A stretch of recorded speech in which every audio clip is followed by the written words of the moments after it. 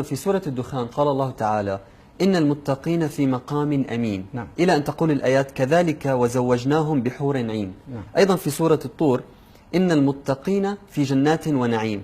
إلى أن تقول الآيات: متكئين على سرر مصفوفة وزوجناهم بحور عين.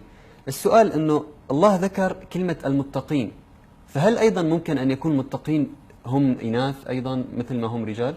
يا سيدي، من صياغة الآية نلاحظ الله ولا مرة في القرآن الكريم قال يا أيها الذين آمنوا ويا أيتها اللواتي آمنتن، ولو جاءت بصيغة المذكر يا أيها الذين آمنوا، أي المقصود الرجال والنساء. لذلك الله حينما يقول إن المتقين يقصد الرجال والنساء، لأن كلمة المتقين لم ترد والمتقيات، لذلك الحور العين هم للرجال والنساء مع بعض. طيب دكتور، تشرح لنا أكثر لحتى يعرف المشاهد شو هن الحور العين؟ الحور العين بين هلالين بالمعنى الحالي، هم دليل سياحي أو عبارة عن الخدم الذين يوزعون الشراب والفواكه وكل هذه الأمور. والدليل على ذلك أنهن لسن للعمل الجنسي مثل ما يعتقد الكثير. الله ذكرهن في آيتين، وكل آية سبحان الله مكونة من كلمتين فقط لكي الله يحسم الموضوع. بصورة الواقع ماذا قال عن الحور العين؟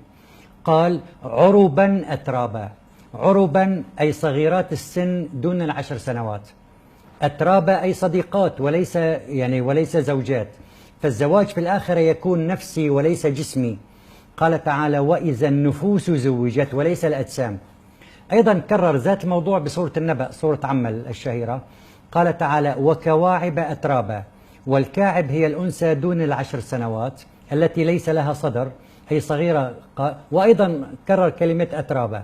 فالحور العين هم كدليل سياحي وللخدمات فقط للرجال والنساء. إذا جميل دكتور، يعني حتى النساء يطمنوا هلا في عندهم حور عين بالجنة. صحيح. دكتور بدي أتشكرك كثير، رح ننتقل هلا مع